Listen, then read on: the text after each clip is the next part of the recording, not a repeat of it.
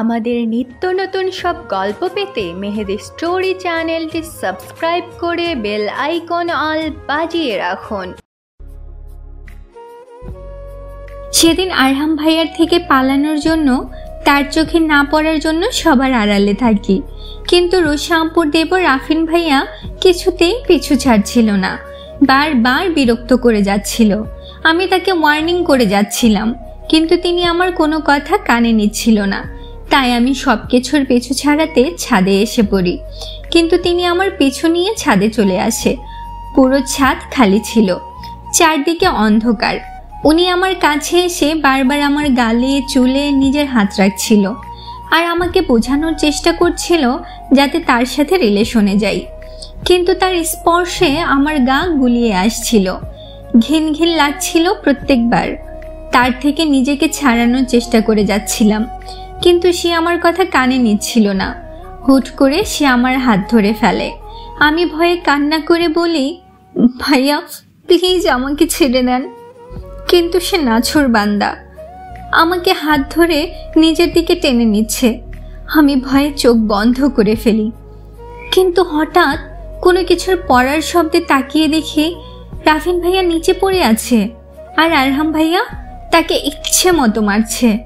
আমি তার রাগ দেখে পুরাই অবাক। সে ভয়ঙ্কর রেগে আছে, যেন তার কাছের জিনিসে কেউ নজর দিয়েছে। আমি রাফিন ভাইয়ার দিকে তাকিয়ে দেখি তার অবস্থা করুণ। তাই আরহাম ভাইয়ের কাছে যেয়ে তাকে জড়িয়ে ধরে থামানোর চেষ্টা করতে লাগি। আমি জড়িয়ে ধরতেই সে থেমে যায়, আর এই সুযোগে রাফিন ভাইয়া উঠে চলে যায়। আরহাম ভাইয়া বড় বড় শ্বাস নিতে লাগে। রেগে রেগে আমার দিকে নিজের ভয়ঙ্কর রাগের দৃষ্টি নিক্ষেপ করে চলে যায়।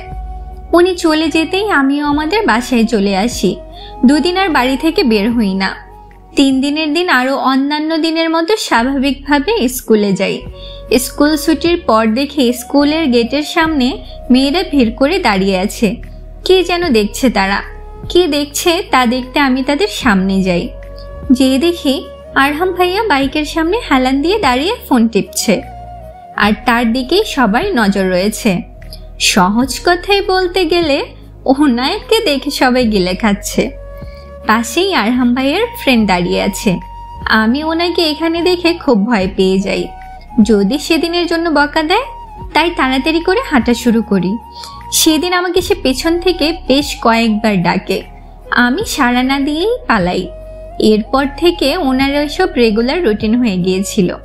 প্রতিদিন ছুটির শেষে রুটিন মাফিক এখানে দেখতাম কেমন যেন মাতাল চাহনিতে তাকিয়ে থাকতো, আর আমি ওনাকে দেখা মাত্রই ভয়ে পালাতাম। এভাবেই দিন চলতে লাগে। আস্তে আস্তে উনি আমার উপর নিজের জোর খাটাতে লাগে, অধিকার বিস্তার করতে লাগে। কোনো একটু ভুল হলেই কালে থাপ্পড় বসিয়ে দেয়। বুঝি না উনি আমার উপর এত কিসের অধিকার খাটায়। সেদিন তো আমার জন্য কিছু রুলসও তৈরি করে দিয়েছে, যেমন সকালে ঘুম থেকে উঠে বারান্দায় আসতে হবে, খালাতো ভাই, চাচাতো ভাই, মামাতো ভাই, ফ্রেন্ড টাইপের ভাইয়া থাকা চলবে না, কোনো ছেলে ফ্রেন্ড থাকা চলবে না, এমনকি ক্লাসের কোনো ছেলের সাথেও কথা বলা চলবে না। আর এইসব রুলস বানানোর সাথে সাথে এইটাও বলে দিয়েছে না শুনলে থাপ্পড় দিয়ে সব দাঁত ফেলে দিবে। 2 দিন 2টা থাপ্পড়েই শিক্ষা হয়ে গেছে, আর খেতে চাই না। কবে যে তার অত্যাচার থেকে মুক্তি পাবো, এসব ভাবতে ভাবতেই ঘুমের দেশে পাড়ি দিলাম। সকালে ঘড়িতে অ্যালার্ম বাজতেই উঠে পড়ি। ফ্রেশ হয়ে বারান্দায় চলে যাই। গিয়ে দেখি ওনার রুমের বারান্দায় দাঁড়িয়ে এক্সারসাইজ করছে। বেশ ভালো লাগছে। তার মধ্যে কেমন যেন হিরো হিরো একটা ভাব আছে। যদি সে রাগী না হতো তাহলে তার উপর সত্যি ক্রাশ খেতাম। এসব ভাবতে ভাবতে সামনে ওনার দিকে তাকাতেই দেখি উনি আমার দিকে সূক্ষ্ম দৃষ্টিতে তাকিয়ে আছে। দুজনের চোখাচোখি হতেই উনি ওনার ভ্রু নাচিয়ে জিজ্ঞেস করে, কি খবর? আমি ভদ্রভাবে মাথা নাড়িয়ে কিছু না বলে রুমের দিকে যেতে নিলেই উনি আমার দিকে তাকিয়ে চোখ গরম করে। আমি থেমে যাই।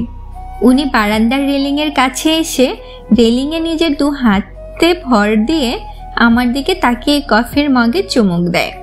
আমি মাথা নিচু করে আছি। কফি শেষ হতেই উনি আমাকে ইশারায় যেতে বললে আমি চলে আসি। এটা নতুন কিছু না, প্রতিদিনের কাজ এটা। উনি চায় ওনার সকাল আমাকে দিয়ে শুরু হোক, কিন্তু কেন? তার উত্তর এখনো পাইনি। আর না সে আমার প্রশ্নের কোনো উত্তর দেয়। এভাবে বেশ কিছুদিন কেটে যায়। উনি আগের থেকে একটুও বদলায়নি, আগের মতোই নিজের অধিকার খাটিয়ে আসছে।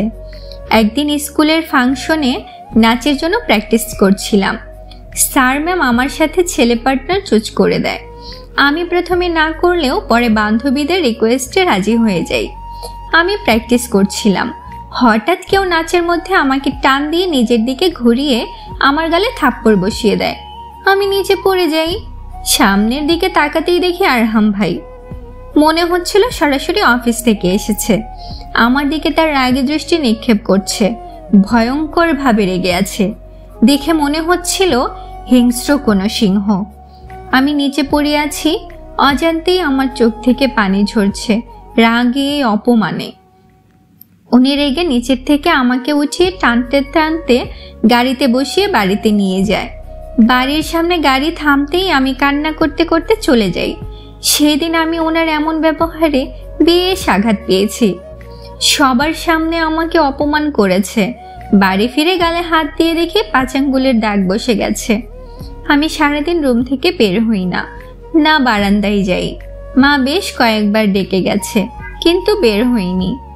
আরহাম ভাইয়ার এমন ব্যবহারের কথা বাড়ির কারোরই অজানা থাকেনি, কারণ ওনার এমন ব্যবহারের কথা ওই দিনই আমাদের বাড়িতে আর ওনার বাড়িতে স্কুলের ম্যাম জানায়।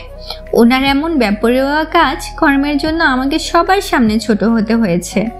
পরের দিন সকালে দরজা খুলতেই দেখি ড্রয়িং রুমে আরহাম আর তার বাবা মা বসা, সাথে আমাদের বাসার সবাই রয়েছে।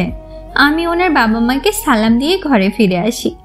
জানি না ওনাদের মধ্যে কি কথা হয়, কারণ আমি নিজের রুম থেকে আর বের হই না।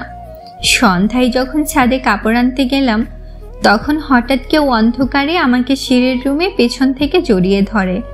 আমি ভয়ে জোরে চিৎকার দিতে নিলে সে আমার মুখ চেপে ধরে। আমি উপরের দিকে তাকাতেই আবছা আলোতে দেখি আরহাম ভাইয়া আমাকে জড়িয়ে ধরে আছে, তার চোখ ছলছল করছে। আমি কিছু বলতে যাব, তার আগেই উনি আমার যে গালে থাপ্পড় দিয়েছিল সে গালে নিজের ঠোঁটের অসংখ্য চুমু দিতে লাগে, আর বারবার কান্না জড়িত কণ্ঠে সরি বলতে লাগে। তার বলা প্রত্যেকটা কথায় ঘোরের মধ্যে চলে গিয়েছিলাম, কেন জানি না, কিন্তু তার জন্য মনে কিছু অনুভূতি হয়েছিল। যখন তার বুকে মাথা রেখেছিলাম, মনে হচ্ছিল এই সময়টাকে ধরে রাখি, তার থেকে দূরে না যাই। দুনিয়ার সবচেয়ে শান্তির স্থান মনে হয় এটা। তার বলা শেষ কথা ছিল, তোমাকে পাবার জন্য তোমার থেকে দূরে যাচ্ছি, ফিরে সারা জীবনের জন্য তোমাকে নিজের করব, নিজের খেয়াল রেখো। এই কথা শুনে বুক থেকে মাথা তুলে তার ছলছল চোখের দিকে তাকিয়েছিলাম, কারণ এই কথা উনি কেন বলছে তা আমি বুঝে উঠতে পারিনি। তার প্রত্যেকটা আচরণে কথায় অবাক হয়েছিলাম, কারণ যার চোখে সবসময় রাগ দেখেছি, সেই দিন তার চোখে কষ্ট দেখেছি। পরের দিন সকালে ঘুম থেকে উঠে আমার কাজিন মায়েশার কাছে জানতে পারি উনি গত রাতে দেশ ছেড়ে চলে গেছে। আমি তা শোনা মাত্রই বারান্দায় চলে যাই। গিয়ে দেখি তার বারান্দা খালি, কেউ নেই, দরজা আটকানো। সেদিন কেন যেন বুকে তীব্র যন্ত্রণা অনুভূত হয়েছিল।